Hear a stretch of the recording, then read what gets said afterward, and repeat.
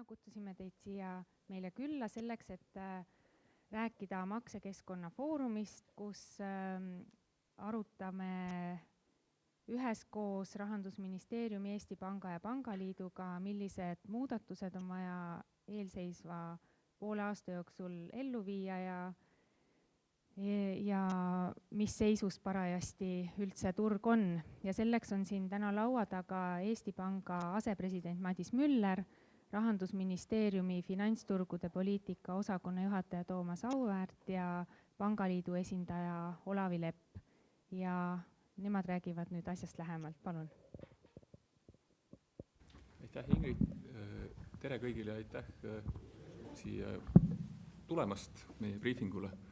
Võib-olla sissejuhatuseks nii palju, et maksekeskkonna foorum, mis meil täna just pool tundi tagasi lõppes, see on tegelikult selline koostöövorm, mis meil on koos käinud juba korduvalt ja endas siis ühelt poolt siis on osapoolteks Eesti Pank, Rahandusministeerium, Pangaliit, kõik kommertspangad ja samuti ka ettevõtete katusorganisatsioonid ja riigiametid eesmärgiga siis arutada üheskoos kõiki teemasid, mis puudutavad maksekeskkonna arengut ja makseteenuseid Eestis. Et nüüd, millest me täna rääkisime, puudutab otseselt märksõna alla SEPA koonduvat temaatikat. SEPA siis on lühend ingliskeelsest sõnast Single Euro Payments Area ehk ühtne euromaksete piirkond või ühtne euro maksetingimuste reeglistik, mis jõustub ka Eestis alates 1. veebruarist 2014. Ja võib ka öelda, et suur osa kasust ja mõõdetavast reaalsest võidust Eesti pangaklientide jaoks on seoses SEPA-ga ja Euroopa ühtsete nõuetega juba kätte saadud. Tänu sellele näiteks Eesti kliendid saavad rahvusvaheliselt makseid teha alates 2011. aastast palju odavamalt, kui oli enne seda. Ehk sisuliselt täna Eesti pangakliendile on makse teostamine kahe Eesti panga vahel sama odav, kui näiteks makse tegemine Eestist mõnda panka Saksamaal, Prantsusmaal või ükskõik mis teises euroala riigis. Aga nüüd 2014. aasta 1. veebruariks, milleni ei ole jäänud tegelikult liiga palju aega, on veel vaja siis Eesti nii pankadel kui ka ettevõtetel veel läbi viia või rakendada viimased, ma ütleks, tehnilised muudatused. Et ühelt poolt puudutab see siis kontonumbreid. Ka Eestis me läheme üle uutele IBAN-i kontonumbrite formaadile, mis on samuti üle Euroopa ühtne. Ja teiselt poolt on siis ka oluline see, et lisaks kontonumbreid puudutavatele muudatustele siis ka ettevõtted, kes saadavad oma maksejuhiseid panka failide kujul suures mahus korraga, et need faili formaadid saavad olema pisut teistsugused tulevikus ja see tähendab siis vajadust ettevõtetel oma raamatupidamisprogramme näiteks vastavalt uuendada. Mis me täna tunneme on see, et ühelt poolt pangad on oma ettevalmistustööga päris kaugele jõudnud ja on ilmselt täiesti vajalikus ajagraafikus, aga samas just eelkõige väiksemate ja keskmise suurusega ettevõtete poole pealt võib-olla see teadvustatus, et on vaja mingisuguseid muudatusi reaalselt läbi viia järgmise pisut enam kui poole aasta jooksul, et see võib-olla ei ole veel piisavalt kõigini jõudnud ja seetõttu oli meil ka mõte teha see tänane pressibriefing ja nendest küsimustest täpsemalt rääkida. Aga nüüd ma annakski konkreetsemalt sõna Toomas Auvärdile Rahandusministeeriumist, kes pisut selgitab regulatiivset poolt Euroopa vaadet.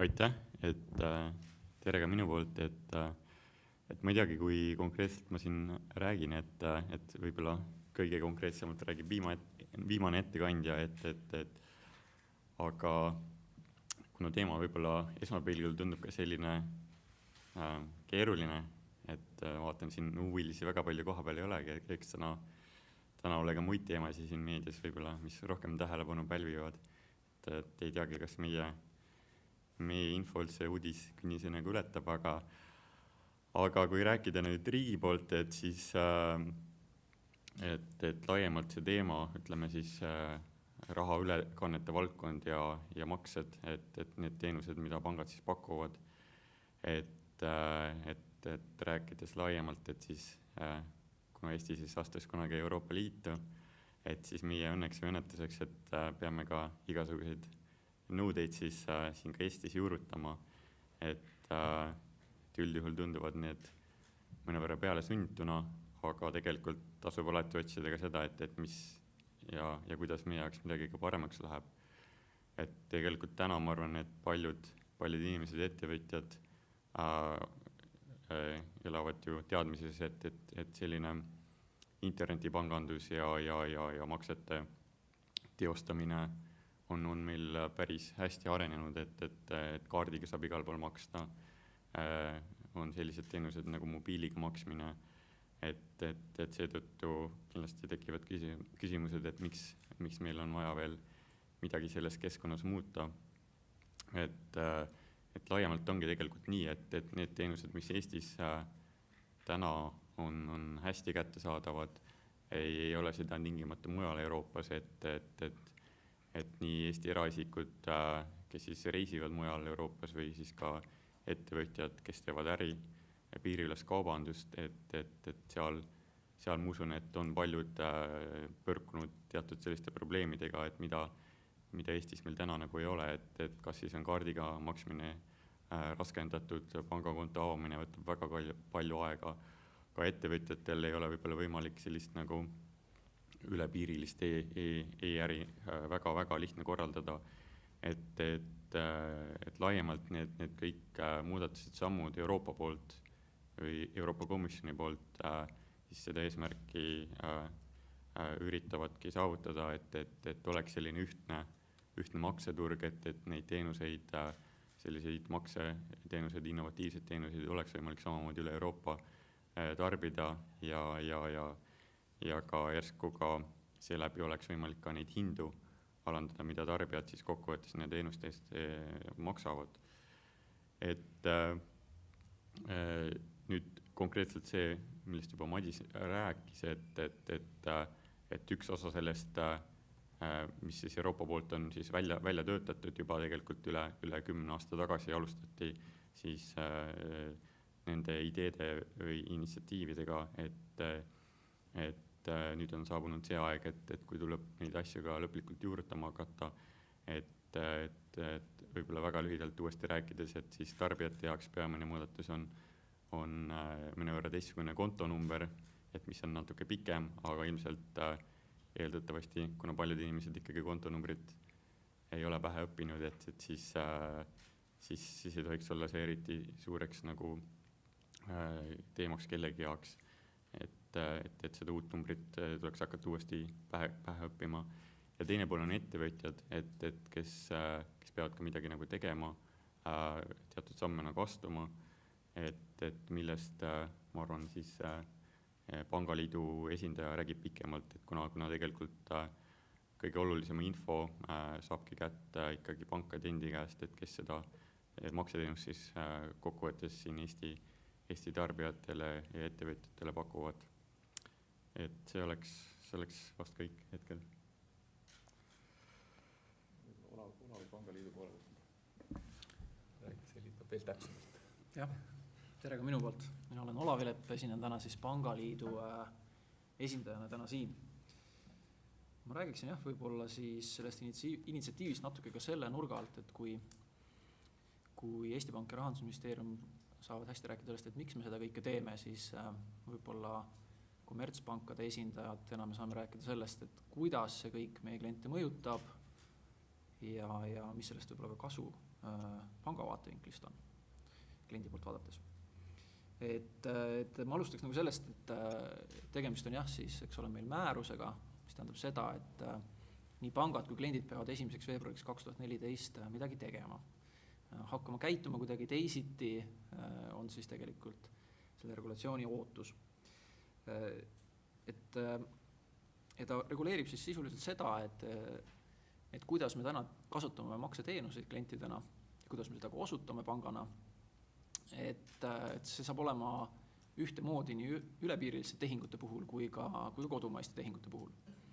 Et paljud asjad on juba tänaseks tegelikult sujuvalt harmoniseerunud, aga mingid küsimused, nagu siin ka välja toodi, vajavad veel siis nii-öelda viimast muutmist. Et laias laastus ma räägiksin 3 teemast, et mis kliente igapäevaelus võib puudutada. Neid teemasid on rohkem, sageli puudutavad need rohkem pankasid, aga ma räägiksin kontonumbritest, IBAN kontonumbritest siis, räägiksin faili formaatidest ja räägiksin siis otsekorraldusteenuse asendumisest. Et need on võib-olla need 3 suuremat muudatust, millel tasub peatuda ja võib-olla rohkem rääkida. Alustame siis IBANist võib-olla, et eks ole, täna Eestis on kontonumber kohaliku standardi järgi, selleks, et selline üle-euroopaline makseliiklus toimiks, tuleks hakata kasutama rahvusvahelisi kontonumbreid.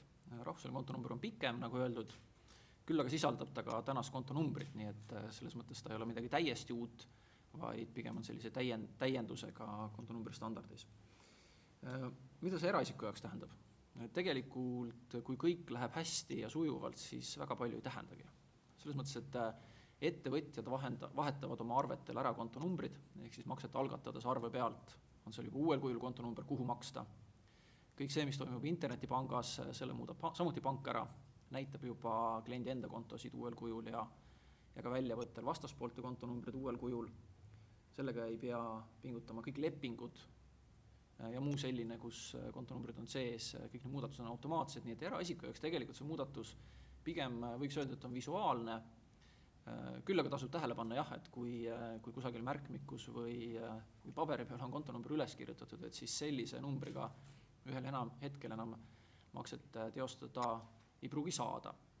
Küll on aga Eestis kokku lepitud, et meil on see tähtaeg 1. veebruar 2014, et tarbijatel on võimalus kasutada konverteerimisteenust, ehk siis, et kui tarbija siiski kusagilt veel saab vana kontonumbri 1. veebruaril või 2. veebruaril või ka hiljem, siis pangasüsteemis on võimalik see vana kontonumber sisestada ja pank aitab siis selle viia uuele kujule.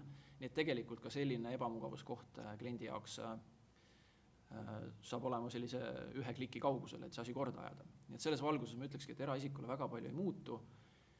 Kaua see üleminekuperiood kestab, kui kaua pangad seda toetavad, ma arvan, et aasta on see lubatud ja sõltuvalt pangast ma arvan, et mingil kujul seda konverteerimisteenust saab ka edaspidi osutada. Nii et see on tasuta. Et see on ka kindlasti üks tähtis märksõna, et ka seesama määrus, millest me räägime ja juhindume, ütleb, et soovituslikult võiks olla üleminekuperioodil, kui seda kasutatakse, sellised konverteerimisteenused klientidele tasuta. Ja Pangaliidu nime all ma ei saa kommenteerida iga konkreetse panga hinnastamismudelit, et see nagu on iga konkreetse panga küsimus, küll aga selge see, et kui määrus ütleb, et see on pigem taunitav, siis ma usun, et pangad nii ka käituvad, et selle teenuses kindlasti raha ei küsita. Mis IBAN ettevõtte jaoks tähendab? Et IBAN ettevõtte jaoks on nüüd veidi suurem muudatus ja see tuleneb siis sellest, et nagu ma korra mainisin, et arvetel on esiteks vaja kontonumbrid muuta, hinnanguliselt pigem väike muudatus kui suur, võiks öelda, et see on lausa kujunduselemendi muudatus kõige rohkem. Sellega tuleb tegeleda. Küll on aga IBAN suurem muudatus siis ettevõtte infosüsteemis. Kusagil süsteemis, eks ole, on ju vastaspoolte kontonumbrid, kellele raha kantakse, sageli ka nende kontonumbrid, kellelt raha saadakse ja need on täna siis üldreeglina ja valdavalt tänasel kujul. Nii et seal tuleb siis teha muudatus, et oma infosüsteemis oleksid juba uued kontonumbrid, et kui võtame see lihtsa näite, et tööandja maksab palgad välja oma töötajatele, siis tal on täna maksab vanadele kontonumbritele, homme peaks maksma uutele, ütleme 1. veebruar siis selle jaoks tuleks infosüsteemis nad ära vahetada. Siin ei ole absoluutselt tegelikult mingit vajadust küsida klientide või töötajate käest uusi numbreid, vaid hästi rahulikult on selle jaoks olemas tehnilised vahendid, et need siis vanad numbrid ise automaatselt ümber arvatud uuteks. Aga see on selline tegevus, millega peab arvestama, et ära teha. Et see on nüüd ettevõtte jaoks IBAN-i põhimuudatus, et tuleb oma infosüsteemid üle vaadata. Et selles osas pank aidata ei saa. Kõik see, mis toimub samamoodi äriklientide internetipankades, kõik selle muudab samamoodi pank ära. Et need ettevõtjad, kellel võib-olla infosüsteemide tugi on väiksem ja pigem on sellist käsitsi protsess, et makseid algatatakse käsitsi ja ja muud sellist, siis ka neil on niisugune rohkem eraisiku vaade, et pank toetab neid mitmel pool. Ärikliendiga on üks erand, millega peab arvestama, et see määrus eeldab, et äriklient on sama võimekas kui pank ja on pigem selline tehniliselt võimekam, et ärikliendile tegelikult IBAN-i konverteerimist klassikalisel kujul ei peaks pank osutama, vaid äriklient peaks panka edastama juba uuel kujul kontonumbri, mitte vanal. Meil on ka oleme siin Eestis arutanud seda regulaatoritega, et sõltuvalt pangast siis ma usun, et ikkagi mingil kujul konverteerimisteenust saab osutada. Tulenevalt sellest, et see võib-olla on veidi tehniline, aga see võib ärikliendil oluline olla, et küsimus on selles, et panka peab igal juhul jõudma juba uus kontonumber. Kui internetipangas pank suudab võtta vana numbri, teha seal mingeid arvutusi nagu erakliendile, võtta uue kinnituse ja siis saata panka, siis on see okei. Et selles mõttes, et sel juhul panka edastatakse juba uus number. Et seda nagu teha ei saa, et äriklient lihtsalt saadab vana numbri ja pank võtab vastu, et see ei ole lubatud. Et ärikliendilt eeldatakse ikkagi tehniliselt teatud võimekust rohkem. See oli nüüd IBAN-i teemal. Ei oskagi öelda, et siin rohkem. Ka ärikliendile ei ole selles küsimuses ette näha mingisuguseid täiendavaid tasusid konverteerimisteenuse eest, kui pank seda osutab. Vähemalt on need siis taunitavad, et iga pangakast võib seda üle küsida, aga ma usun, et pigem käituks selles küsimuses ühtemoodi. Teine muudatus, nagu ma siis ütlesin, on siis faili formaatides. See absoluutselt eraisikud ei puuduta, mulle teadaolevalt ei ole eraisikud, kes panka saadaksid maksekorraldusi failidena. Et kui nad seda teevad, siis võib-olla pigem me räägime siis nagu füüsilist isikust ettevõtjatest või kellel on rohkem arveldusi, aga nad jäävad siis pigem sinna ettevõtja alla ja tänases käsitluses. Et nende jaoks tähendab see seda, et täna on infot panka saadetud, et milliseid ülekandeid soovitakse teha, saadud vastu elektroonilist informatsiooni, kelle käest raha on saadud, et see on olnud teatud kokkulepitud sõnumi formaatides, see on üsna tehniline võib-olla, aga see on ka äriline. Et regulatsioon näeb ette, et seda tehakse edaspidi teisel kujul. Eesmärk on siis see, et iga pangaga suhelda ühtemoodi, mis peaks kogu ühiskonnale, kogu Euroopale siis tegelikult see võidu andma, et me ei arenda igas riigis ja iga panga eraldi mingeid tehnilisi lahendusi kliendi poolt vaadates. See on nüüd selline asi, mida pank väga palju nagu aidata ei saa või ise ära teha kliendi eest. Et kui klient ikkagi saadab panka korraldusi failidega, siis see toimub tema infosüsteemis, tema tarkvaraarenduse tulemusena tuleb siis mingi muudatus tekitada. Kas see on tarkvaraversiooni uuendus, kas see on keegi maja sees siis reaalselt arendab midagi, et see sõltub ettevõttest, aga see on üks tegevus, millele kindlasti kõik ettevõtteid just praegu me nagu üles kutsumegi tegema, et olla kindel, et 1. veebruar ikka neid uusi faile juba osatakse saata. Sest muidugi küsimus, mis siis juhtub, kui ei suuda, ega alati jääb siis käsitsi sisestamise variant, aga kui me võtame ettevõtte, kes saadab 500 töötaja palgad ja teist sama palju arveldab iga kuu, siis käsitsi neid makseid sisse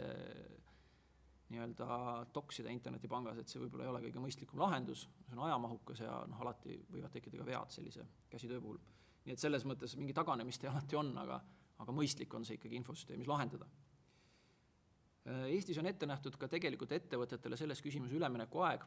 Võib-olla siin nii pikalt sellele peatuks, et pankadel on õigus võtta vastu ka vanu faile, aga seal on teatud piirangud, millest võib-olla tasuks igal kliendil juba pöörduda oma panga poole, et kas ja kuidas ja mis tingimustel nad saavad ka vanu faile kasutada. Et see on võimalus pangal osutada taaskord konverteerimisteenust, võtta vastu vana fail, keerata see kuidagi uuele juba Euroopas kokkulepitud kujule ja siis kliendi käest vastu võtta. Aga selles osas ma pigem ütleks jah, et tasub igal ettevõtjal pöörduda oma panga poole. Kindel tee on see, et minna uuele faili formaadile, nii nagu Euroopas kokku lepitud, see on ISO 20022 fail, aga võib saada konverteerimisteenust. Ja ka siin on tegelikult selline kokkulepe, et kui sellist konverteerimisteenust osutatakse 1 aasta jooksul, et siis sellest pangade raha ei peaks küsima. Vähemalt Eestis on sellise tõlgenduseni jõutud. Aga nagu veel kord, et hästi tähtis on, et see ei tähenda seda, et võiks nüüd nagu kuidagi ettevõtja selle pinge enda jaoks maha võtta, vaid tuleb ikkagi pangaga suhtlema, küsima, et kas tema pank seda toetab, mis tingimustel, ja sel juhul see toimub ainult 1 aasta, et hiljem ikkagi on vaja üle minna, nii et küsimus on lihtsalt selles, et kui teravaks läheb situatsioon 1. veebruar 2014 või 1. veebruar 2015, et varem või hiljem need uued tehnilised muudatused tuleb ära teha ärikliendil. Nii palju siis failidest, mis võib-olla on selline tehniline, aga see puudutab väga suurt hulka ettevõtteid. See puudutab tegelikult ka avalikku sektorit, eks ole, et Meil oli foorumi laua taga ka Sotsiaalameti esindaja oli vist, eks, või oli ministeeriumi esindaja? Sotsiaalkindlustusameti esindaja, et tegelikult üks küsimus on ka see, et ikkagi pensionid ja toetused saaks välja makstud ja kindlasti nad saavad välja makstud, et riik omalt poolt on nende tegevustega alustanud ja sellepärast keegi muretsema ei pea, et uut kontonumbrit ei pea teavitama kuhugi, et pensioni või hüvitised edasi käiks, et selle töö saab riik ise ära teha. Nii, see oli teine teema. Ja kolmandaks siis võib-olla ka sellest otsekorraldusteenuse üleminekust, millest on osaliselt juba meediast läbi käid siit-sealt, on pangad teinud omane kommunikatsiooni, on ka eelmistel foorumitel, maksekeskkonna foorumitel räägitud, aga võib-olla hästi põgusalt uuesti veel kord üle, et mis see siis see sõnum meil on. Vastavalt siis määrusele tänasel kujul otsekorraldust enam Eestis osutada ei tohi, alates 1. veebruarist 2014. See ei tähenda seda, et Euroopas üldse otsekorraldus ei tohi osutada. Tohib küll teatud teisel kujul oluliselt teiste reeglitega ja oluliselt, ütleme siis, moondatult Eesti vaatevinklist vaadatuna ja tegelikult ka päris paljude teiste riikide. Et see keerukus on ette näha, et need riigid, kes sinna üle proovivad minna, et on päris suur. Seetõttu on Eesti otsustanud, et me jätame selle sammu vahele ja lähme kohe, ütleme siis, modernsema ja uuema teenuse peale, milleks on siis e-arve lahendus, mille külge saab siis panna püsimakse, ehk siis suunata püsivalt saabunud e-arved maksmisele. Sama tee on valinud Soome, sama tee on valinud Prantsusmaa, vähemalt konkureerivana otsekorralduslahendustele. Rootsis on see lahendus olemas ja olen suhelnud ka oma Läti ja Leedu kolleegidega ja nad uurivad, et mis see siis on. Et ta on nagu selles mõttes tehniliselt moodsam ja parem lahendus kui võib-olla see teine alternatiiv, et minna üle euroopalisele otsekorraldusele. Et see on väike taust, et kuhu me suundume. Et me siis suundume e-arve püsimaksele ja samamoodi küsimus, et mida see siis toob kaasa eraisikule, kes on maksja, eks ole, ja mida ta toob ärikliendile, kes on samuti reeglina siis raha koguja, vahest ka maksja. Et mis ta toob kaasa tegelikult maksjale, laias laastus ütleks, tuleb olla veidi tähelepanelik, aga põhimõtteliselt teeb kogu töö ära pank koostöös ettevõtetega ja me liigutame siis tänased otsekorraldused üle uueks teenuseks, ilma et klient peaks selleks täiendavat nõusolekut andma. Ehk siis me teeme lepingu tingimuste muudatuse, me informeerime sellest kõiki kliente, kõik pangad teevad saadavad klientidele kirja, et me alustame nüüd üleminekut ühelt teenuselt teisele, te ei pea selleks midagi tegema, te olete täna juba pangale andnud nõusolekut konkreetse ettevõtte otsekorraldusnõuded võib täita, mingi limiidi ulatuses, mingil maksepäeval, mis tingimused sinna lepitud, et me suuname selle teenuse siis ümber uuendatud e-arve teenusele, kus samamoodi siis samalt ettevõttelt laekuvad arved suunatakse siis automaatselt tasumisele selle limiidi piires, sellel maksepäeval. Nii et ütleme, me oleme proovinud disainida seda uut teenust sarnaseks tänase teenusega, et kliendi jaoks ei tekiks vajadust või et mingit tagasiminekut ei tekiks, aga samas me saaksime ikkagi osutada sellist juba hea kvaliteediga tuntud loogikaga teenust. Et see on siis erakliendi jaoks. Siin on kindlasti üks märksõna see, et erakliendi jaoks saab see kõik jätkuda ainult siis, kui ettevõtte ikka uue teenusega liitub, eks ole. Et sellepärast on tähtis, et võimalikult palju ettevõtteid teeksid oma liigutused ära. Nii nagu täna otsekorraldusega. Mitte sugugi kõigile ettevõtetele ei saa otsekorraldusega tasuda, nad on teinud mingid arendused, et pangaga otsekorralduse osas suhelstuda, siis nii peavad need samad ettevõtjad nüüd tegema mingi arenduse ja mingid sammud astuma, et sujuvalt üle minna sinna e-arve püsimakse teenusele. Et jõudsime nüüd sujuvalt ettevõtte juurde, et mida see ettevõte peab tegema selleks, et siis tänaselt otsekorraldusega kogumiselt liikuda üle e-arve saatmisele ja seeläbi siis võimaldada oma klientidel samamoodi neid arveid siis läbi e-arvete juba automaatselt tasumisele suunata. Et mis ta tegema peab, et tegelikult esimene samm on võtta kasutusele Eesti e-arve standardile vastava arve formaat, see on ka tehniline muudatus, aga see ongi tehniline muudatus äriklientide jaoks eeskätt, eks ole. Pangad on oma kommunikatsiooniga alustanud klientide suunas, on ettevõtteid informeerinud, mida nad täpselt tegema peavad, kui nad on täna kliendid. Ja see töö siis nüüd tegelikult, nagu me praegu räägime, siis tegelikult algabki. Et esimesed ettevõtjad hakkavad uuele teenusele üle minema ilmselt septembris ja see toimub siis kuni oktoober, november, detsember ja ka veel jaanuar. Et selles vahemikus me siis viime ettevõtted juba üle uuele teenusele. Siin ka varem läbi käinud, et tegemist on üsna kontsentreeritud valdkonnaga selles mõttes, et kui me kõik eraisikuna mõtleme nendele otsekorraldust, mida me kasutame, siis tegelikult seal on suurusjärgus 60 ettevõtet, 50-60, kes koguvad 95% rahast, et need on energiaettevõtted, need on kommunikatsiooniettevõtted, meediaväljaanded, kindlustused, liisingud, kommunaalarved, jah. Et need on need valdkonnad, kus on siis enamus raha siis ülekannetel liigub eraisikutelt ja otsekorraldus kasutatakse aktiivselt. Et seetõttu ka meie see ülemineku teravik on võib-olla suunatud rohkem neile, et tagada, et need 60 ettevõtted kindlasti üle lähevad ja 95% makseid toimuvad täpselt samamoodi nagu kliendi kogemus makse jaoks oleks samasugune. Et see tagab siis selle, et meil ei teki sellist üleriigilist mingit probleemi, et kliendid ei saa enam automaatseid lahendusi kasutada. Aga see ei tähenda seda, et me ülejäänud ettevõttega ei tegeleks. Samamoodi saavad kirjad, samamoodi toetame, anname soovitusi, et mismoodi üle minna. Et ikkagi see üleminek uuele teenusele oleks võimalikult laiapõhjaline ettevõtete seas. Et eraisikul endiselt oleks võimalik väga palju arveid automaatselt tasumisele suunata. Nii et ettevõtte tegevus on siis esiteks luua võimekus, on tehniline, sageli tarkvarades juba on need muudatused või need võimekused olemas ja teiseks ettevõtted siis peavad tegelikult nagu alati oma pangaga ühendust võtma, et kuidas see üleminek siis kokku leppida, et midagi jääks kahe silma vahele, et kõik maksjad, kes täna on kasutanud otsekorraldusteenust, et nad saaksid edaspidi e-arve panka ja see pank saaks selle automaatselt tasumisele suunata. Et see on võib-olla siis selle nurga alt.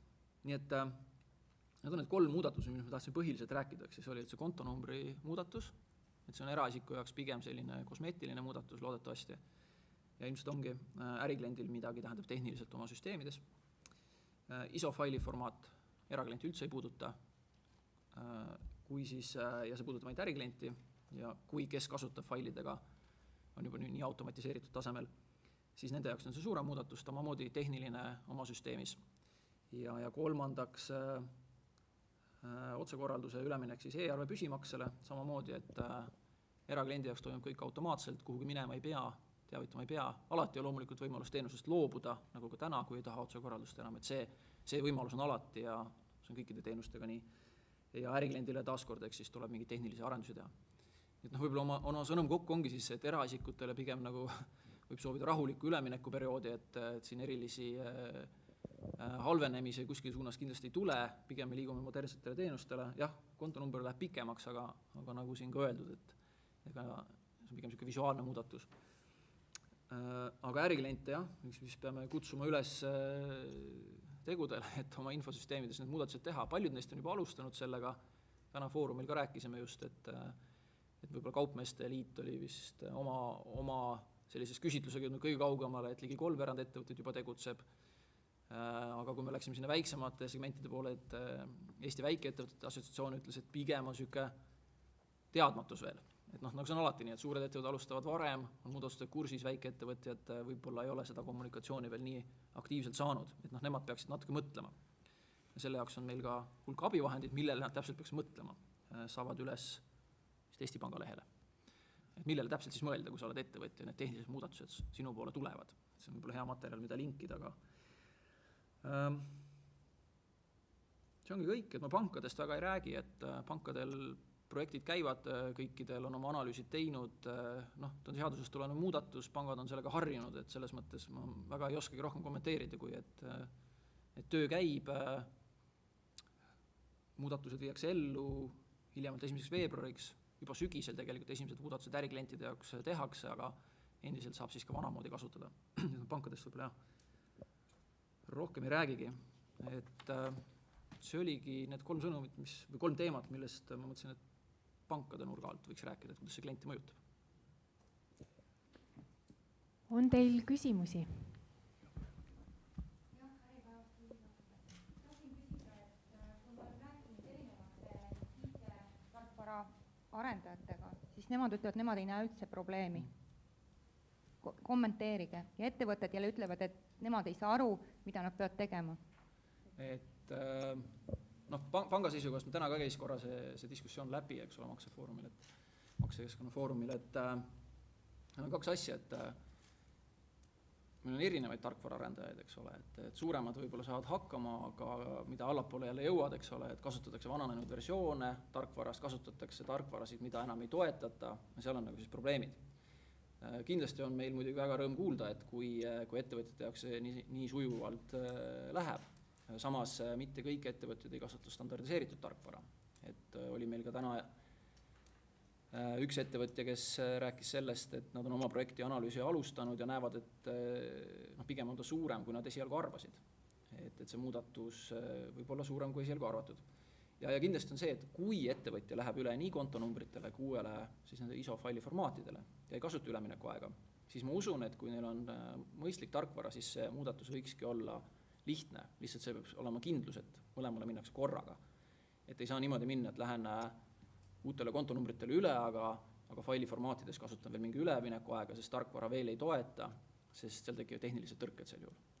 Aga ma arvan ka, et pigem on see, et meil on osad ettevõtjad, kes on öelnudki, et peale analüüsi selgus, et meie tarkvara on väga hea, et läheb ilmselt sellise sujuvalt öelge ainult, kui valmis olete, lülitame ümber, ja teised on öelnud, et nad on näinud komplekssemaid probleeme, kui nad esialgu oskasid hinnata. Nii et see võib olla erinev. Ja kindlasti on väiksemad ettevõtted, kes lihtsalt ei olegi teadvustanud veel, et mingid muudatused tuleb ellu viia, aga oluline on lihtsalt, et see info jõuaks kõigile.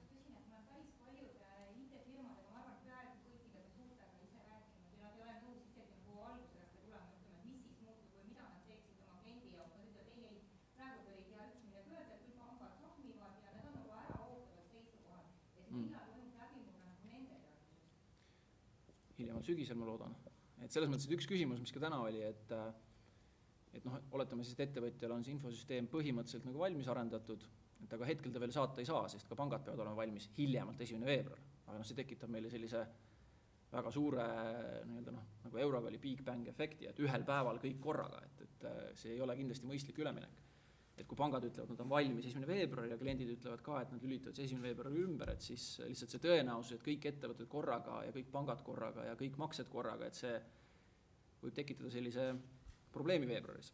Et sellepärast me olemegi rääkinud, et pangad vähemalt püüavad valmis olla sügiseks, et siis ettevõtted tegelikult saavad reaalselt üle minema hakata, et need, kes on eespool, lähevad juba varem üle, need, kes veel vajavad siis järgi utsitamist, lähevad siis üle detsembris, jaanuaris ja loodetavasti siis veebruarisse jääb väga väike hulk ettevõtjad, kes mingisuguse probleemi enda jaoks avastavad.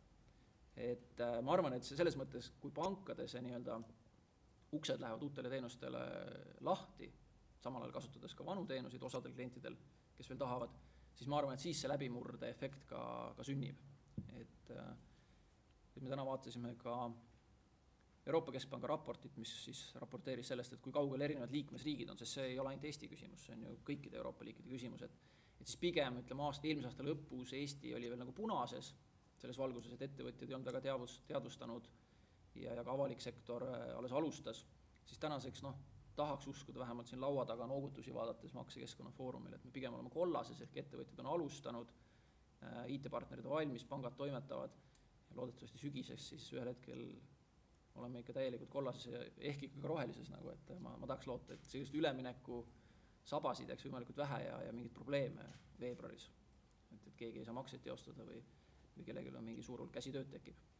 Et sellised hinnanguliselt mu enda oma panka ja oma kliente vaadates ma ütleks, et kuskil sügisel peaks see läbimurde hetk tekkima.